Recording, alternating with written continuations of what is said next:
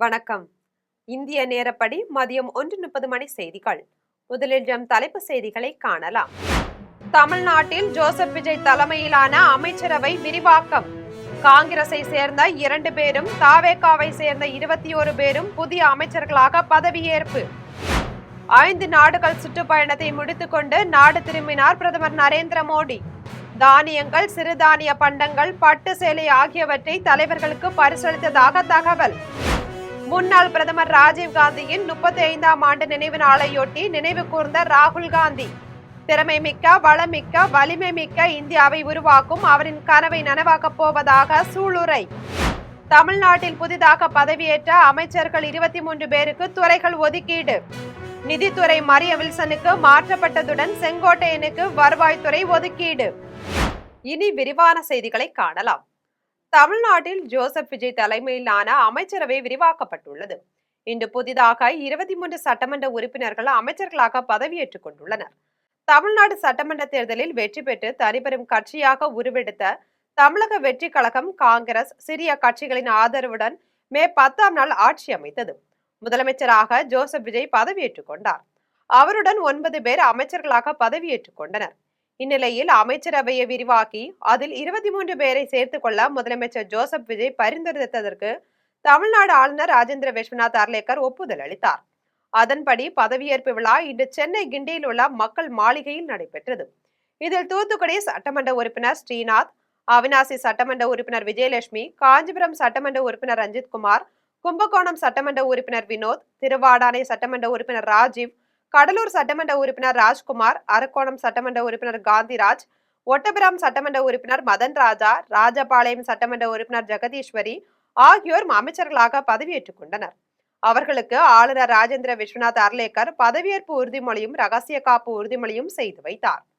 கிள்ளியூர் சட்டமன்ற உறுப்பினர் ராஜேஷ்குமார், ஈரோடு கிழக்கு தொகுதி சட்டமன்ற உறுப்பினர் விஜய் பாலாஜி, ராசிபுரம் சட்டமன்ற உறுப்பினர் லோகேஷ் தமிழ்செல்வன், சேலம் தெற்கு சட்டமன்ற உறுப்பினர் விஜய் தமிழன் பார்த்திபன், திருவரங்கம் சட்டமன்ற உறுப்பினர் ரமேஷ், மேலூர் சட்டமன்ற உறுப்பினர் விஸ்வநாதன், வேளச்சேரி சட்டமன்ற உறுப்பினர் குமார், திருப்பெரும்புதூர் சட்டமன்ற உறுப்பினர் தென்னரசு, கோவை வடக்கு சட்டமன்ற உறுப்பினர் சம்பத்குமார், அறந்தாங்கி சட்டமன்ற உறுப்பினர் முகமது பர்வேஸ், தாம்பரம் சட்டமன்ற உறுப்பினர் சரத்குமார், ராதாகிருஷ்ணன் நகர் சட்டமன்ற உறுப்பினர் மரிய வில்சன், கிணத்துக்கடவு சட்டமன்ற உறுப்பினர் விக்னேஷ் ஆகியோரும் அமைச்சர்களாக பதவியேற்றுக் கொண்டனர். அவர்களுக்கு ஆளுநர் ராஜேந்திர விஸ்வநாத் அர்லேக்கர் பதவியேற்பு உறுதிமொழியும் ரகசிய காப்பு உறுதிமொழியும் செய்து வைத்தார். இன்று பதவியேற்றுக் கொண்ட அமைச்சர்களில் ராஜேஷ்குமார், விஸ்வநாதன் ஆகியோர் இருவரும் காங்கிரஸை சேர்ந்தவர்கள் ஆவர். பிரதமர் நரேந்திர மோடி 5 நாடுகள் சுற்றுப்பயணத்தை முடித்துக் கொண்டு நாடு திரும்பியுள்ளார். பிரதமர் நரேந்திர மோடி ஐக்கிய அரபு அமீரகம், நெதர்லாந்து, ஸ்வீடன், நார்வே, இத்தாலி ஆகிய 5 நாடுகளில் சுற்றுப்பயணம் மேற்கொண்டார். அப்போது அந்தந்த நாடுகளின் தலைவர்களை சந்தித்து பேசியதுடன் இரு நாடுகள் இடையேயான உறவுகளை மேலும் வலுப்படுத்துவதற்கு உடன்பாடு செய்து கொண்டார். இதேபோல் நார்வே தலைநகர் ஓஸ்லோவில் நடந்த நார்டிக் நாடுகளின் உச்சி மாநாட்டில் கலந்து கொண்டார். தனது பயணத்தின் கடைசி இலக்காக இத்தாலியிலும் பல்வேறு உடன்பாடுகளை செய்து கொண்டார். அந்த பயணத்தை முடித்துக்கொண்டு தனி விமானத்தில் இன்று தில்லிக்கு வந்திறங்கினார். பிரதமர் மோடி தனது பயணத்தின் போது இத்தாலி அதிபருக்கு பண்டித் பீம்சன் ஜோஷி, MS சுப்புலட்சுமி ஆகியோரின் இசை தொகுப்புகள் அடங்கிய சீடியை வைத்து பரிசளித்துள்ளார். இதேபோல் ஐக்கிய நாடுகள் அமைப்பின் உணவு வேளாண்மை அமைப்பின் தலைமை இயக்குனர் கு டோங்கிக்கு இந்தியாவின் பாலக்காட்டில் விளைந்த சிவப்பு சம்பா அரிசி, வங்கத்தின் கோவிந்தபோகம் அரிசி, பாசுமதி அரிசி, அசாமில் விளைந்த சாலி அரிசி உள்ளிட்டவற்றை பரிசாக அளித்தார். இதேபோல் சிறு தானியங்களால் செய்யப்பட்ட இனிப்பு பண்டங்களையும் பிரதமர் மோடி பரிசளித்துள்ளார். பிரதமர் நரேந்திர மோடி இத்தாலி பயணத்தின் போது அந்நாட்டு பிரதமர் ஜார்ஜியா மெலோனிக்கு அசாமின் தங்கப்பட்டு சேலையை பரிசளித்துள்ளார். இதேபோல் மணிப்பூரில் நெய்த பட்டு துணியையும் பரிசாக அளித்துள்ளார். திறமையான, வளமான, வலிமையான இந்தியாவை உருவாக்கும் முன்னாள் பிரதமர் ராஜீவ் காந்தியின் கனவை தான் நனவாக்கப் போவதாக அவர் மகனும் மக்களவை எதிர்க்கட்சி தலைவருமான ராகுல் காந்தி தெரிவித்துள்ளார். ஜவஹர்லால் நேரு பேரனும் இந்திரா காந்தியின் மகனுமான ராஜீவ் காந்தி 1984ஆம் ஆண்டு தனது மெய்காப்பாளர்களால் இந்திரா காந்தி கொல்லப்பட்டதை அடுத்து பிரதமராக பதவியேற்றார். 1984 முதல் 1989ஆம் ஆண்டு வரை பிரதமராக இருந்த ராஜீவ் காந்தி 1991ஆம் ஆண்டு மக்களவை, தமிழ்நாடு சட்டமன்றம் ஆகியவற்றுக்கு பொது தேர்தல் நடைபெற்ற போது மே 21ஆம் நாள் திருப்பெரும்புதூரில் பரப்புரை கூட்டத்தில் மனித வெடிகுண்டால் கொல்லப்பட்டார். அதன் 35ஆம் ஆண்டு நினைவு நாளான இன்று தன் தந்தையின் வாழ்வை ராகுல் காந்தி நினைவு கூர்ந்துள்ளார். அதில் திறமையான, வளமான, வலிமையான இந்தியாவை உருவாக்கும் தன் தந்தையின் கனவை நனவாக்கப் போவதாக குறிப்பிட்டுள்ளார். அவரின் போதனைகள், அவரின் விழுமியங்கள், அவரின் நினைவுகள் எப்போதும் தன்னுடன் இருக்கும் என்றும் ராகுல் காந்தி தெரிவித்துள்ளார். முன்னதாக காங்கிரஸ் நாடாளுமன்ற குழு தலைவர் சோனியா காந்தி, காங்கிரஸ் தலைவர் மல்லிகார்ஜுன கார்கே, ராகுல் காந்தி, பிரியங்கா ஆகியோரும் பிரியங்காவின் குழந்தைகளும் தில்லியில் உள்ள ராஜீவ்காந்தியின் நினைவிடமான வீர்பூமியில் மலர் தூவி மரியாதை செலுத்தினர். தமிழ்நாட்டில் தாவேகா அரசின் அமைச்சரவையில் இன்று புதிதாக 23 பேர் அமைச்சர்களாக பதவியேற்றுக் கொண்ட நிலையில் அவர்களுக்கு துறைகள் ஒதுக்கீடு செய்யப்பட்டுள்ளன. ஏற்கனவே உள்ள அமைச்சர்களின் சில துறைகளும் மாற்றியமைக்கப்பட்டுள்ளன. அதன்படி முதலமைச்சர் ஜோசப் விஜயிடம் பொதுத்துறை, பொது நிர்வாகம், குடிமைப் பணி அதிகாரிகள், உள்துறை, காவல், திட்ட செயலாக்கம், நகராட்சி நிர்வாகம், குடிநீர் வழங்கல் துறைகள் உள்ளன. அமைச்சர் ஆனந்திடம் ஊரக வளர்ச்சி, நீர்வளத்துறைகள் உள்ளன. அமைச்சர் நிர்மல்குமாரிடம் மின்துறை, சட்டத்துறை ஆகியன உள்ளன. அமைச்சர் செங்கோட்டையனுக்கு ஏற்கனவே இருந்த நிதித்துறை மாற்றப்பட்டுள்ளது.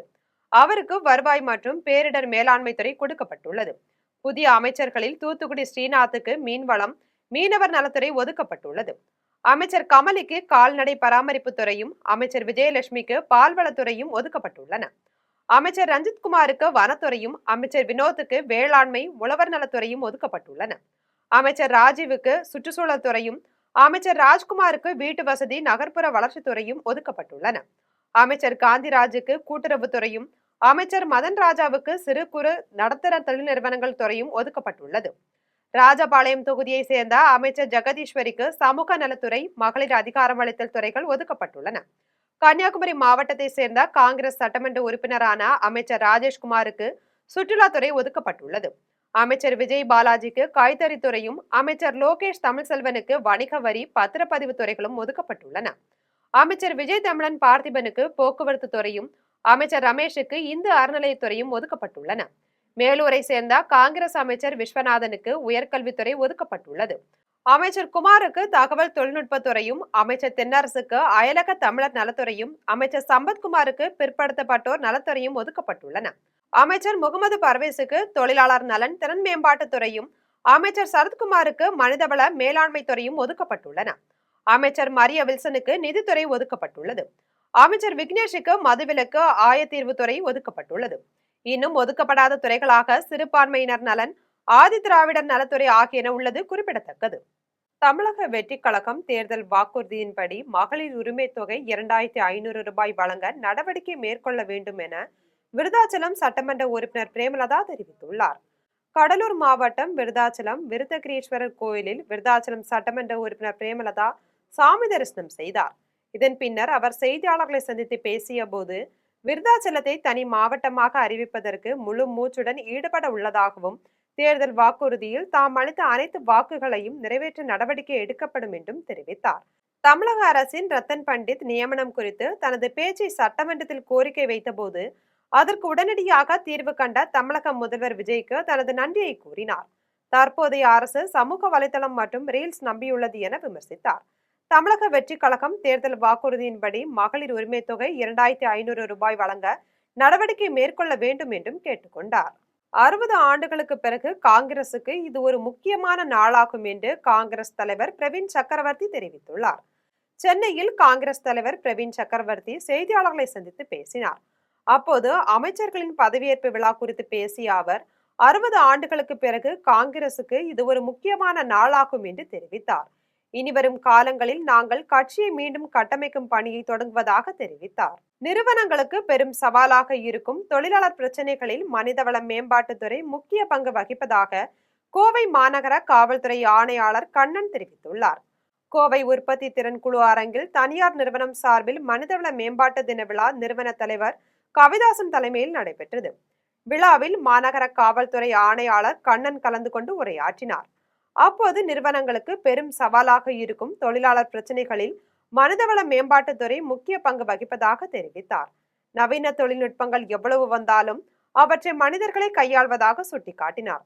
தொடர்ந்து அவர் பல்வேறு நிறுவனங்களில் மனிதவள மேம்பாட்டுத்துறை சார்ந்த அலுவலர்களுக்கு விருதுகள் வழங்கி கௌரவித்தார். மயிலாடுதுறையிலிருந்து வேளாங்கண்ணிக்கு பயணிகள் ரயில் 40 ஆண்டுகளுக்கு பிறகு தொடங்கப்பட்டதால் மயிலாடுதுறை ரயில் பயணிகள் சங்கம் சார்பில் சால்வை அணிவித்து மரியாதை செலுத்தப்பட்டது.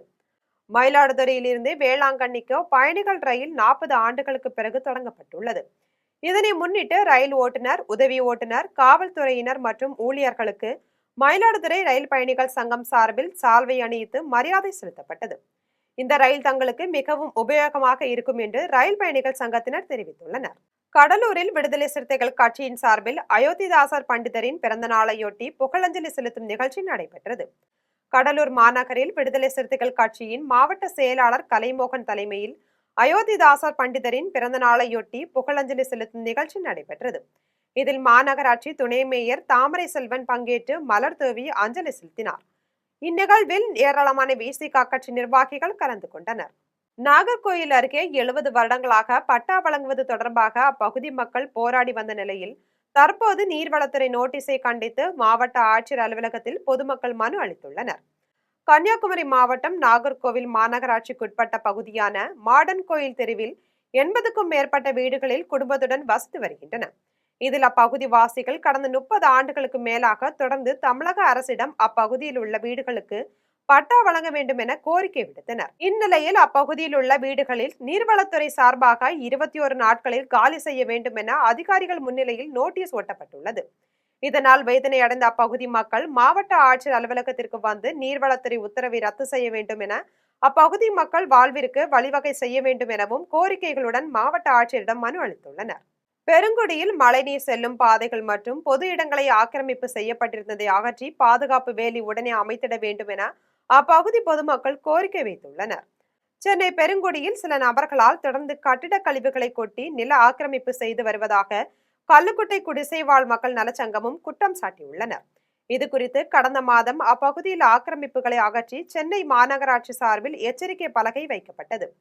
இந்நிலையில் அப்பகுதியில் உள்ள இளைஞர்கள் நில ஆக்கிரமிப்பில் ஈடுபட்டவர்களை தடுத்து நிறுத்தி வாக்குவாதத்தில் ஈடுபட்டுள்ளனர். அதைத் தொடர்ந்து 2வது முறையாக அதே இடங்களில் எச்சரிக்கை பலகை வைத்து ஆக்கிரமிப்பில் ஈடுபடும் நபர்களை எச்சரித்தனர். சென்னை மாநகராட்சி சார்பில் பாதுகாப்பு வேலி உடனே அமைத்திட வேண்டும் என அப்பகுதி பொதுமக்கள் கோரிக்கை வைத்துள்ளனர். ஆவடி புதிய ராணுவ சாலையில் உள்ள கடைகளை அகற்றும்படி நெடுஞ்சாலைத்துறையினர் நோட்டீஸ் வழங்கிய நிலையில் அதை தடுத்து நிறுத்த வலியுறுத்தி ஆவடி சட்டமன்ற உறுப்பினரிடம் வணிகர்களும் மனு அளித்துள்ளனர். திருவள்ளூர் மாவட்டம் ஆவடி புதிய ராணுவ சாலையில் உள்ள கடைகளை அடுத்த 7 நாட்களுக்குள் காலி செய்ய வேண்டும், இல்லை என்றால் இடித்து அகற்றப்படும் என நோட்டீஸ் வழங்கியுள்ளனர். இது வணிகர்களிடையே பெரும் அதிர்ச்சியை ஏற்படுத்தியுள்ளது. இந்த விவகாரத்தில் தலையிட்டு வணிகர்களின் வாழ்வாதாரத்தை காத்திடும் வகையில் தமிழக அரசு உடனடியாக உரிய நடவடிக்கை எடுக்க வேண்டும் என ஆவடி சட்டமன்ற உறுப்பினர் ரமேஷ்குமாரை ஆவடி வணிகர்கள் சங்கத்தினர் சார்பில் கூட்டாக சந்தித்து மனு அளித்தனர். மனுவை பெற்றுக்கொண்ட சட்டமன்ற உறுப்பினர் மனுவின் மீது உடனடியாக நடவடிக்கை எடுப்பதாக உறுதியளித்தார். கடலூர் அரசு மருத்துவமனையில் சிறுமி உயிரிழந்த நிலையில் மருத்துவ அதிகாரிகள் உடலை தர அலக்களித்ததை அடுத்து உறவினர்கள் திடீர் சாலை மறியல் போராட்டத்தில் ஈடுபட்டதால் பரபரப்பு ஏற்பட்டது. கடலூர் மாவட்டம் நெல்லிக்குப்பத்தை சேர்ந்தவர் அனுஷியா. இவர் வயிற்றுப்போக்கு மற்றும் வாந்தி காரணமாக தனியார் மருத்துவமனையில் சிகிச்சை பெற்று வந்தார். சிறுமியின் நிலை கவலைக்கிடமான நிலையில் தனியார் மருத்துவமனையில் இருந்து சிறுமியை கடலூர் அரசு மருத்துவமனைக்கு அழைத்து செல்லுமாறு மருத்துவர்கள் தெரிவித்துள்ளனர். தொடர்ந்து கடலூர் அரசு மருத்துவமனைக்கு சிகிச்சைக்காக சிறுமியை அழைத்து வந்தபோது அங்கு மருத்துவர் சிறுமி இறந்துவிட்டதாக கூறியுள்ளனர். இதையடுத்து உடற்குறாய்வு செய்ய போதிய மருத்துவர் இல்லாததால் சிதம்பரம் அரசு மருத்துவக் கல்லூரிக்கு செல்ல அறிவுறுத்தியதால் ஆத்திரமடைந்த மலையனூர் சிறுமியின் உறவினர்கள் கடலூர் அரசு மருத்துவமனை முன்பு திடீர் சாலை மறியலில் ஈடுபட்டனர். தகவல் அறிந்து வந்த காவல்துறையினர் உறவினர்கள் மற்றும் பெற்றோர்களிடம் பேச்சுவார்த்தை நடத்தி உடலை தர அனுமதிக்கப்பட்டதை அடுத்து சிறுமியின் பெற்றோர் உட்பட உறவினர்கள் கலைந்து சென்றனர். காரியாபட்டி மற்றும் அதன் சுற்று வட்டார பகுதிகளில் பெய்த கனமழையால் தனியார் உணவகத்தில் வைக்கப்பட்ட 30 லட்சம் ரூபாய் மதிப்பிலான சோலார் பேனல்கள் காற்றில் பறந்து சேதமடைந்துள்ளது. விருதுநகர் மாவட்டம் காரியாபட்டி, ஆவியூர், கல்குறிச்சி மற்றும் அதனை சுற்றியுள்ள பல பகுதிகளில் பலத்த காற்றுடன் கூடிய கனமழை பெய்தது. திடீரென பெய்த கனமழையால் வாகன ஓட்டிகள் மற்றும் பொதுமக்கள் பெரிதும் அவதியடைந்தனர். பலத்த சூறைக்காற்று வீசியதால் பல இடங்களில் மரங்கள் வேரோடு சாய்ந்து சாலைகளில் விழுந்தன. காரியாபட்டி 4 வழி சாலையில் உள்ள தனியார் உணவகத்தில் மேல்புறம் வைக்கப்பட்டிருந்த 30 லட்சம் ரூபாய் மதிப்பிலான சோலார் பேனல்கள் காற்றில் பறந்து கீழே விழுந்ததில் மதுரை தூத்துக்குடி தேசிய நெடுஞ்சாலையில் சுமார் அரை மணி நேரத்திற்கு மேலாக போக்குவரத்து பாதிக்கப்பட்டது. இதைத் தொடர்ந்து மின் கம்பங்கள் சாய்ந்த இடங்களுக்கு மின்வாரிய ஊழியர்கள் மற்றும் நெடுஞ்சாலைத்துறை பணியாளர்கள் விரைந்து சென்று சேதமடைந்த மின் கம்பங்கள் மற்றும் சாலைகளில் விழுந்த மரங்களை அகற்றும் பணிகளில் ஈடுபட்டனர். வல்லக்கோட்டை முருகன் கோயிலில் கொடியேற்றத்துடன் பிரம்மோற்சவம் மிக சிறப்பாக நடைபெற்றது. காஞ்சிபுரம் மாவட்டம் வல்லக்கோட்டையில் சுப்பிரமணிய சுவாமி கோயிலில் 7 ஆண்டுகளுக்கு பிறகு வைகாசி விசாக பிரம்மோற்சவம் கொடியேற்றத்துடன் தொடங்கியது. இதில் அதிகாலை வள்ளி தெய்வானை சமேத சுப்பிரமணிய சுவாமி, விநாயகர், அஸ்திராயர் ஆகிய சுவாமிகளுக்கு சிறப்பு அபிஷேகம் நடைபெற்றது. இதையடுத்து 6 அர்ச்சகர்கள் வேத மந்திரங்கள் ஓதிட, மங்கள வாத்தியங்கள் முழங்கிட முருகபெருமானின் வாகனம் மயில் உருவம் பொறித்த கொடியேற்றம் நடைபெற்றது. தொடர்ந்து முருகபெருமான் சவுடால் சப்பரத்தில் எழுந்தருளி வல்லக்கோட்டை கிராமத்தில் வீதி உலா வந்து பக்தர்களுக்கு காட்சி அளித்தார். பிரம்மோற்சவத்தை முன்னிட்டு திருக்கோயில் ராஜகோபுரம், விமானங்கள், மண்டபங்கள் வண்ணமின் விளக்குகளால் அலங்காரம் செய்யப்பட்டிருந்தது. தொடர்ந்து 22ஆம் தேதி காலையில் சூரிய பிரபையும், மாலையில் சந்திர பிரபையும், 23ஆம் தேதி காலையில் கேடய உற்சவம், மாலையில் ஆட்டுக்கிடா வாகன உற்சவம் நடைபெற உள்ளது. விழாவிற்கான ஏற்பாடுகளை இணை ஆணையர் குமரதுரை, கோயில் நிர்வாக அதிகாரி செந்தில்குமார் மற்றும் அறங்காவலர் குழுவினர் ஆகியோர் செய்திருந்தனர். கொரட்டூரில் உள்ள அன்னை லூர்து ஆலயத்தின் தேரோட்டத்தில் ஆயிரக்கணக்கான பக்தர்கள் கலந்து கொண்டு மெழுகுவர்த்தி ஏந்தி பிரார்த்தனை செய்தனர். கள்ளக்குறிச்சி மாவட்டம் உளுந்தூர்பேட்டை அருகே கொரட்டூரில் உள்ள அன்னை லூர்து ஆலயத்தில் ஆண்டு பெருவிழா தேரோட்டம் நடைபெற்றது. இதில் வண்ண விளக்குகளாலும் மலர்களாலும் அலங்கரிக்கப்பட்ட தேரில் அன்னை லூர்து மாதாவின் சொரூபம் வைக்கப்பட்டு முக்கிய வீதிகளின் வழியாக பவனி வந்தது. இதில் உளுந்தூர்பேட்டை மற்றும் அதன் சுற்றுவட்டார பகுதிகளை சேர்ந்த ஆயிரக்கணக்கான பக்தர்கள் கலந்து கொண்டு மெழுகுவர்த்தி ஏந்தி பிரார்த்தனை செய்தனர். அசம்பாவிதங்களை தவிர்க்க காவல்துறையினர் பலத்த பாதுகாப்பு பணியில் ஈடுபட்டிருந்தனர். தமிழகத்தில் 10ஆம் வகுப்பு பொதுத் தேர்வு முடிவுகள் வெளியானது. இதனை முன்னிட்டு பல்வேறு ஊர்களில் உள்ள பள்ளிகளில் மாணவர்கள் முதலிடத்தை பிடித்து சாதனை படைத்துள்ளனர். அதை சிறிய தொகுப்புகளாக காணலாம். விருதுநகர் மாவட்டம் சிவகாசியில் உள்ள தனியார் பள்ளியில் 10ஆம் வகுப்பு பொதுத் தேர்வில் துரை என்ற மாணவர் 497 மதிப்பெண்களுடன் விருதுநகர் மாவட்டத்திலேயே முதலிடம் பெற்றுள்ளார். இவருடன் ஒரே வகுப்பறையில் பயின்ற இரட்டையர்களில் மூத்தவரான துரை ராஜுராமன் 494 மதிப்பெண்கள் பெற்றுள்ளார். இரட்டை சகோதரர்களின் சாதனையை பள்ளி நிர்வாகத்தினரும் ஆசிரியர்களும் தங்களது வாழ்த்துக்களை தெரிவித்தனர். ராணிப்பேட்டை மாவட்டம் சோளிங்கரில் உள்ள தனியார் பள்ளியை சேர்ந்த மாணவன் தனுஷ்குமார் 10ஆம் வகுப்பு பொதுத் தேர்வில் 500க்கு 497 மதிப்பெண்கள் பெற்று மாநில அளவில் 3ஆம் இடமும் மாவட்டத்தில் முதலிடமும் பிடித்துள்ளார். அதே பள்ளியை சேர்ந்த மாணவன் அருண் 496 மதிப்பெண்கள் பெற்று மாவட்டத்தில் 2ஆம் இடமும், அருண்குமார், பாலசூர்யா, யஷ்வந்த், பூஜா ஆகியோர் 495 மதிப்பெண் பெற்று மாவட்டத்தில் 3ஆம் இடம் பிடித்துள்ளனர். இதையடுத்து மாணவரின் பெற்றோரும் பள்ளி நிர்வாகத்தினரும் மாணவர்களுக்கு சால்வை அணிவித்து பாராட்டுகளை தெரிவித்தனர். திருவாரூர் மாவட்டம் காரிக்கோட்டை பகுதியில் உள்ள தனியார் பள்ளியில் மாணவி தரணி 10ஆம் வகுப்பு பொதுத் தேர்வில் 496 மதிப்பெண்கள் பெற்று மாநில அளவில் 3ஆம் இடமும் மாவட்டத்தில் முதலிடத்தையும் பிடித்துள்ளார். தேர்வில் மாநில அளவில் சிறப்பிடம் பெற்று சிறப்பான சாதனை படைத்துள்ள தரணிக்கு பள்ளியின் தாளாளர், ஆசிரியர்கள், பெற்றோர்கள் மற்றும் உறவினர்கள் சால்வை அணிவித்து இனிப்புகள் வழங்கி பாராட்டுகளை தெரிவித்தனர். ராகுல் காந்தி பிரதமர் வேட்பாளராக முன்னிறுத்தப்படும் நிலையில் தமிழ்நாடு மற்றும் புதுச்சேரியில் உள்ள 40 தொகுதிகளிலும் முழுமையான வெற்றியை தங்களால் ஈட்ட முடியும் என்று காங்கிரஸ் நாடாளுமன்ற உறுப்பினர் மாணிக்கம் தாக்கூர் தெரிவித்துள்ளார். சென்னையில் காங்கிரஸ் நாடாளுமன்ற உறுப்பினர் மாணிக்கம் தாக்கூர் செய்தியாளர்களை சந்தித்து பேசினார். அப்போது தமிழக அமைச்சரவை விரிவாக்கம் குறித்து பேசிய அவர், அமைச்சரவை விரிவாக்கம் தங்களுக்கு பெரிதும் உதவும் என்று தெரிவித்தார். ஏனெனில் அதிகாரத்தில் இருப்பது தங்களின் செல்வாக்கை விரிவுபடுத்தவும் இழந்த இடங்களை மீட்டெடுக்கவும் எப்போதும் துணை நிற்கும் என்று கூறினார். ராகுல் காந்தி பிரதமர் வேட்பாளராக முன்னிறுத்தப்படும் நிலையில் தமிழ்நாடு மற்றும் புதுச்சேரியில் உள்ள 40 தொகுதிகளிலும் முழுமையான வெற்றியை தங்களால் ஈட்ட முடியும் என்று தெரிவித்தார். திருநள்ளாறில் தர்பாரணேஸ்வர சுவாமி கோயிலில் வைகாசி பிரம்மோற்சவ விழா முன்னிட்டு அடியார் நால்வர் புஷ்ப பல்லக்கு வீதி உலா மிக சிறப்பாக நடைபெற்றது. புதுச்சேரி மாநிலம் திருநள்ளாறில் உள்ள தர்பாரணேஸ்வர கோயிலில் வைகாசி பிரம்மோற்சவ விழா கடந்த 13ஆம் தேதி கொடியேற்றத்துடன் தொடங்கியது. இக்கோயிலின் பிரம்மோற்சவ விழாவின் முக்கிய நிகழ்வாக திருநாவுக்கரசர், திருஞான சம்பந்தர், மாணிக்க வாசகர் மற்றும் சுந்தரமூர்த்தி ஆகிய அடியார்கள் நால்வரும் மின் விளக்குகளால் அலங்கரிக்கப்பட்ட புஷ்ப பல்லக்கில் வீதியுலா வந்து பக்தர்களுக்கு அருள் பாலித்தனர்.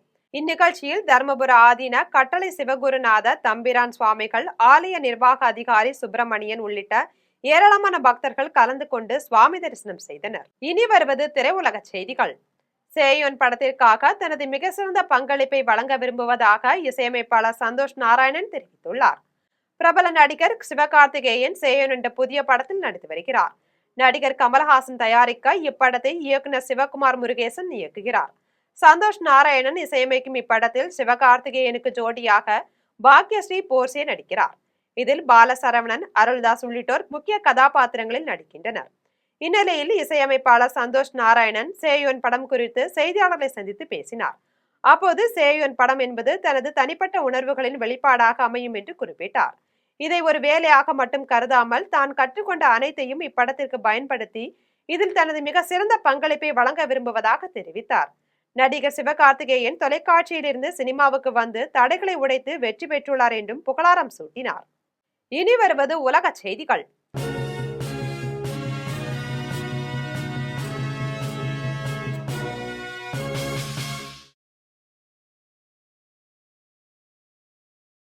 சீனாவில் பெய்து வரும் கனமழை காரணமாக ஏற்பட்ட வெள்ளப்பெருக்கில் சிக்கி 22 பேர் உயிரிழந்துள்ளனர். சீனாவின் மத்திய மற்றும் தெற்கு பகுதிகளில் கடந்த சில நாட்களாக பெய்து வரும் கனமழையால் வெள்ளப்பெருக்கு ஏற்பட்டுள்ளது. இதில் 22 பேர் சிக்கி உயிரிழந்த நிலையில் 20க்கும் மேற்பட்டோர் மாயமாகியுள்ளனர் என்று அந்நாட்டு அரசு ஊடகம் தெரிவித்துள்ளது. வெள்ளம் காரணமாக பள்ளிகள், அலுவலகங்கள் மூடப்பட்டுள்ளன. மேலும் மழை வெள்ளத்தால் பாதிக்கப்பட்ட பகுதிகளில் மீட்பு பணிகள் தீவிரமாக நடைபெற்று வருகிறது. இனி வருவது விளையாட்டுச் செய்திகள்.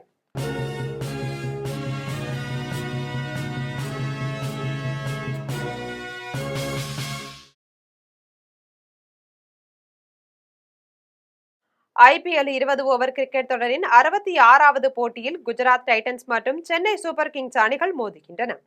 அகமதாபாத்தில் 19வது IPL 20 ஓவர் கிரிக்கெட் தொடரின் 66வது போட்டி இன்று நடைபெறுகிறது. இந்த போட்டியில் குஜராத் டைட்டன்ஸ் மற்றும் சென்னை சூப்பர் கிங்ஸ் அணிகள் மோதுகின்றன. இதில் குஜராத் அணியின் கேப்டன் சுப்மன் கில் தலைமையிலான வீரர்களும் சென்னை அணியின் கேப்டன் ருத்ராஜ் கெய்ட்வாட் தலைமையிலான வீரர்களும் பங்கேற்கின்றனர். இந்நிலையில் இவ்விரு அணிகளுக்கும் இதுவே தொடரின் கடைசி போட்டியாகும். எனவே இன்றைய போட்டியில் யார் வெற்றி பெறப் போகிறார்கள் என்று ரசிகர்களிடையே பெரும் எதிர்பார்ப்பு உள்ளது. இனி வருவது தங்கம், வெள்ளி மற்றும் பங்குச்சந்தை விலை நிலவரம்.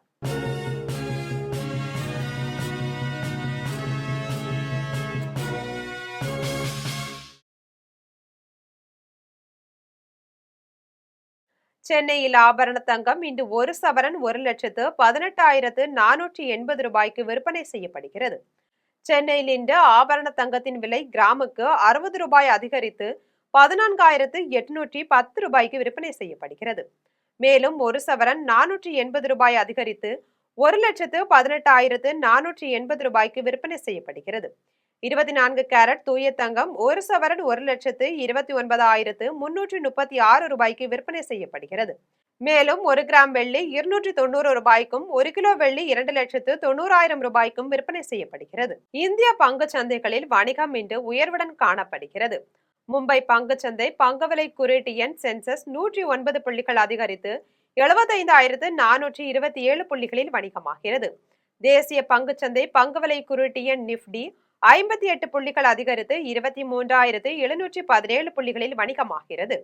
மீண்டும் தலைப்பு செய்திகள். தமிழ்நாட்டில் ஜோசப் விஜய் தலைமையிலான அமைச்சரவை விரிவாக்கம். காங்கிரஸை சேர்ந்த 2 பேரும் தாவேகாவை சேர்ந்த 21 பேரும் புதிய அமைச்சர்களாக பதவியேற்பு. 5 நாடுகள் சுற்றுப்பயணத்தை முடித்துக் கொண்டு நாடு திரும்பினார் பிரதமர் நரேந்திர மோடி. தானியங்கள், சிறுதானிய பண்டங்கள், பட்டு சேலை ஆகியவற்றை தலைவர்களுக்கு பரிசளித்ததாக தகவல். முன்னாள் பிரதமர் ராஜீவ் காந்தியின் 35ஆம் ஆண்டு நினைவு நாளையொட்டி நினைவு கூர்ந்த ராகுல் காந்தி. திறமை மிக்க, வளமிக்க, வலிமை மிக்க இந்தியாவை உருவாக்கும் அவரின் கனவை நனவாக்கப் போவதாக சூளுரை. தமிழ்நாட்டில் புதிதாக பதவியேற்ற அமைச்சர்கள் 23 பேருக்கு துறைகள் ஒதுக்கீடு. நிதித்துறை மரிய வில்சனுக்கு மாற்றப்பட்டதுடன் செங்கோட்டையனுக்கு வருவாய்த்துறை ஒதுக்கீடு. இத்துடன் ஜெம் செய்திகள் நிறைவடைகின்றன. மீண்டும் ஜெம் செய்திகள் மாலை 6 மணிக்கு. உடனுக்குடன் செய்திகளை காண GemLive.tv என்ற இணையதளத்தில் இணைந்திருங்கள். நன்றி, வணக்கம்.